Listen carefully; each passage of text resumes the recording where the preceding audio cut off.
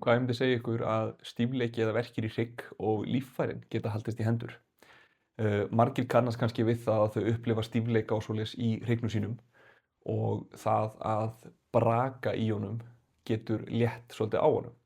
En oftar en ekki þá er þetta eitthvað sem að þarf að endurtaka sig að því að stífleikin og jafnvel verkirnir er að koma aftur upp.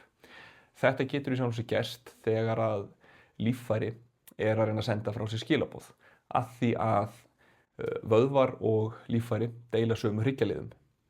Ef það eru sem dæmi einhvers konar bólgumyndun eða hreyfimissir eða eitthvað, bara eitthvað í gangi með líffærið, þá er það að dæla taugaboðefnum í átt að viðeigandi hryggjarlið.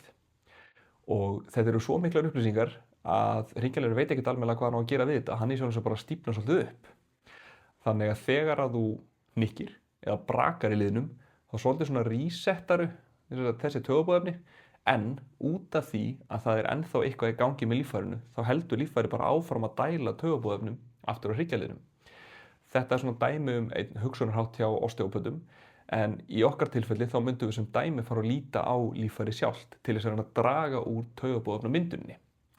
Ef að þú kannast eitthvað við þetta, þá getur þú kíkt inn á heimasíðuna okkar, lesið til nokkrar greinar og jafnvel bara bóka tíma.